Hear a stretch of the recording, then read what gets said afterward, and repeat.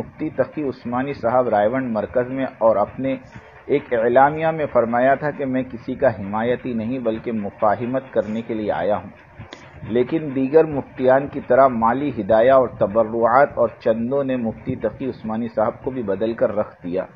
اور مفتی تقی صاحب بھی جانبداری پر اتر آئے اور کھلے مہار شورائیت والے باغی ٹولے کی میزبانی پر اتر آئے۔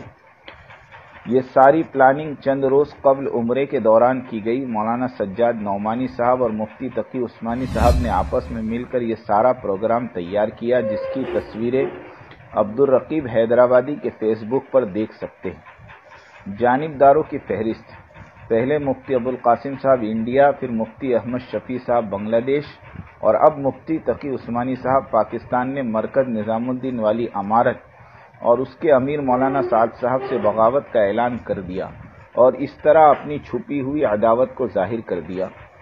مال کی محبت کا جنون: ملک اور مال کے جنون میں فرعون حضرت موسیٰ علیہ السلام اور ان کی قوم کے ساتھ ایسا ہی سلوک کیا کرتا تھا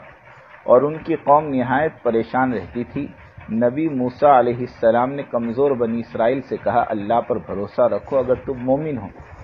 آج پاکستان کے تبلیغی عوام اور میواتی احباب پر بھی وہی ظلم کیا جا رہا ہے کہ مال والے چندوں کے ذریعے قوم کے دینی رہنماؤں کو خرید لیتے ہیں، اور یہ علماء گزشتہ کل کچھ کہہ رہے تھے، اب آج اچانک ان کے قول اور فعل کا بدل جانا، یہ کوئی عاصب اور بھوت کا اثر تو نہیں ہو سکتا، سوائے اس کے کہ مالداروں کے مالوں نے ان کی رائے اور ان کے موقف کو بدل کر رکھ دیا ہو۔ تبلیغی عوام اور میواتی احباب قوم بنی اسرائیل کی طرح صبر اور استقامت کا دامن تھامے رکھے۔